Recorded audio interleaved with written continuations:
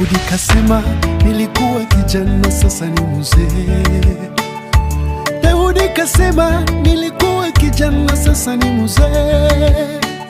Sijawahi ona mwenye haki ameachwa mimi, wala watoto wake kubauma mikate barabarani.